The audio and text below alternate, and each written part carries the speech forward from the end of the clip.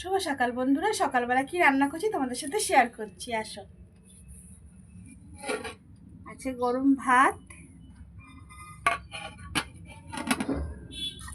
আছে শসা,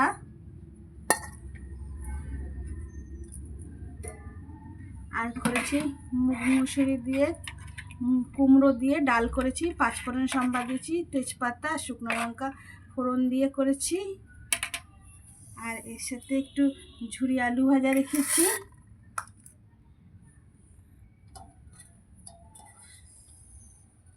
আর করেছি আমোদি মাছ আলু বেগুন দিয়ে আর মূলো দিয়ে পেঁয়াজ ফোড়ন দিয়ে কালো জিরে দিয়ে করেছি। নামানোর সময় একটু ধনে পাতা দিয়ে দিয়েছিলাম।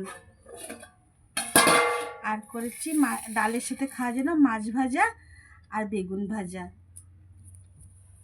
আমার রান্নাটা তোমাদের কেমন লাগলো আমার চ্যানেলে এসে লাইক সাবস্ক্রাইব করবে আর কমেন্ট করে জানাবে।